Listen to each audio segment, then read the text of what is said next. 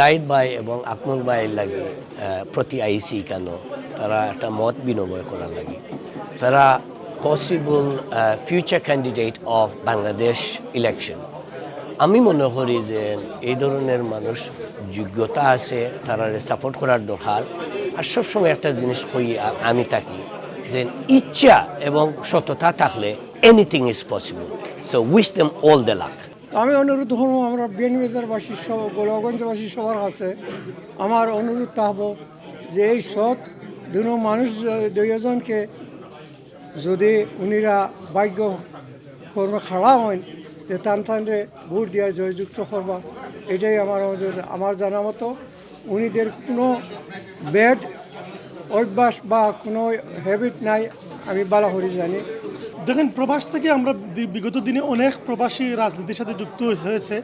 আমরা মনে করি এই যে গণ অধিকার পরিষদের যে দুজন প্রার্থী অ্যাডভোকেট জাহিদুর রহমান এবং আকমল হোসেন, তারা অত্যন্ত সৎ এবং দেশপ্রেমিক মানুষ। প্রবাসীরা যদি এভাবে দেশের রাজনীতিতে যুক্ত না হয় তাহলে দেশও উন্নত হবে না, এবং নতুন আইডিয়া যে আছে বাংলাদেশ নিয়ে, যে বিদেশিরা কীভাবে ভাবে এবং বিদেশি যারা বসবাস করে তাদের কী ধরনের সিস্টেমের উপর বিদেশ চলে, এই আইডিয়াগুলো শেয়ার করার জন্য মনে করি যে এদেরকে ভোট দেওয়া, এবং তারা আসলে বিদেশ এবং ওয়েস্টমিনিস্টার ডেমোক্রেসি এবং ব্রিটেনের রাজনীতি এবং ব্রিটেনের উন্নয়ন কীভাবে হয় এই সিস্টেম ডেভেলপের জন্য হলেও তাদেরকে ভোট দেওয়া এবং জনগণের সাথে সম্পৃক্ত করা। এই জন্য প্রবাসীরা এবং ইউকে প্রবাসী হিসেবে আমরাও চাই যে তারা যেন জনগণের কাতারে দাঁড়ায়, দেশে যায়।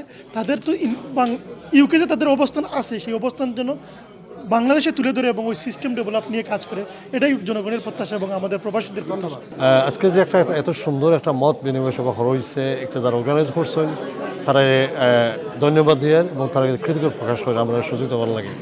আমরা যে এনআরবি আমরা নন পলিটিক্যাল যে সভা হয়েছে খুব সুন্দরভাবে হয়েছে। আমরা যে এনআরবি হিসেবে আমরা ভোটিং রাইট এখনও নাই, আমরা যারা ভোটিং রাইট না থাকানো অনেক বড় ইনফ্লুয়েন্স আছে আমরা বাংলাদেশের মধ্যে, আমরা আত্মীয় স্বজন আছেন, ফ্যামিলির মানুষ আছেন, আমরা সারা রেখা দরকার যে রাইট মানুষকে সাপোর্ট করা। আমি ইনশাল্লাহ এবার আগামী নির্বাচনে অংশগ্রহণ করব গণ অধিকার পরিষদ থেকে। আমরা বিগত দীর্ঘদিন থেকে দেখে আসতেছি যে বিশেষ করে আমাদের গোলাপগঞ্জ এবং বিয়ানীবাজার আমাদের অনেক অতীতের যে নেতৃবৃন্দ এদের অনেক বাধ্যতা আছে।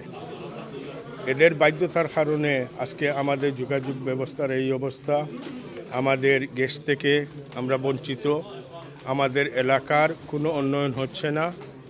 আগামীতে ইনশাল্লাহ যদি আমি নির্বাচিত হই, আমি দীর্ঘদিন থাকি সামাজিক কাজে ব্যস্ত আছি, আমাদের অত্র এলাকার উন্নয়ন কাজে ব্যস্ত আছি।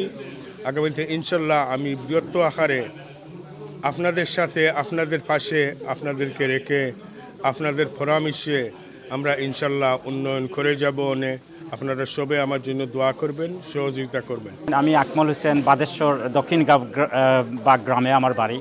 আমি গত ভাইস চেয়ারম্যান ইলেকশনও খেলেছিলাম। আপনারা জানেন 1 মাসের মধ্যে আমি 2 সপ্তাহ মনে হয় নির্বাচনী প্রচারণা করে 10,000-এর মতো ভোট পেয়েছিলাম। আলহামদুলিল্লাহ, আপনাদের এই যে সাপোর্ট আমাকে আরও উৎসাহিত করেছে। এই কারণে আমি আবার এই ইলেকশনে আসার অনুব্যক্তি আবার আসতে চাচ্ছি, এবং আপনাদের যে সাপোর্ট আমি পেয়েছি এবং আগামীতেও আপনারা যে সাপোর্ট দিয়ে যাবেন, আমি আপনাদের উপর ভরসা করেই এই ইলেকশনে আবারও আসতে চাচ্ছি।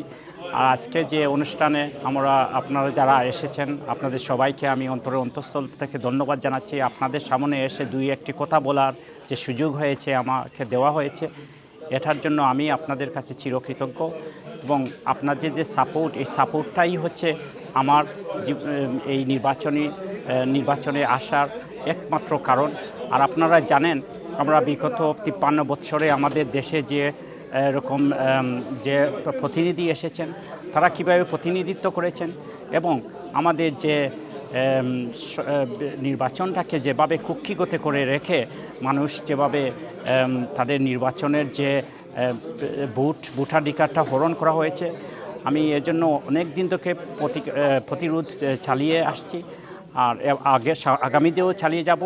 এখন 5ই অগাস্টের পর একটা ডক্টর ইউনূসের নেতৃত্বে আমরা দেখতে পাচ্ছি যে না, আমাদের দেশে একটা সাধারণ মানুষ তাদেরও অনেক ভোটের যে আকাঙ্ক্ষা, তাদের যে মধ্যে যে ভালোবাসা দেখা যাচ্ছে, যে তারা আগামীতেও আসবে এবং ভোট দিবে। আপনারা জানেন আমি আগেও ভাইস চেয়ারম্যানে খেলেছি, এবার কিন্তু আমি চেয়ারম্যান হিসাবে প্রতিনিধিত্ব করতে চাচ্ছি। আমার এই যে 10,000 ভোট আছে, এই 10,000 ভোটের যে মানুষগুলো দিয়েছে এবং এদের যে সহযোগিতা নিয়ে এবার আমি গণ অধিকার পরিষদ থেকে আমাদের গোলাপগঞ্জ চেয়ারম্যান পদে আমি প্রার্থী হতে যাচ্ছি এবং আপনাদের যদি দোয়া এবং ভালোবাসা থাকে ইনশাআল্লাহ একটা ভালো কিছু আশা করব।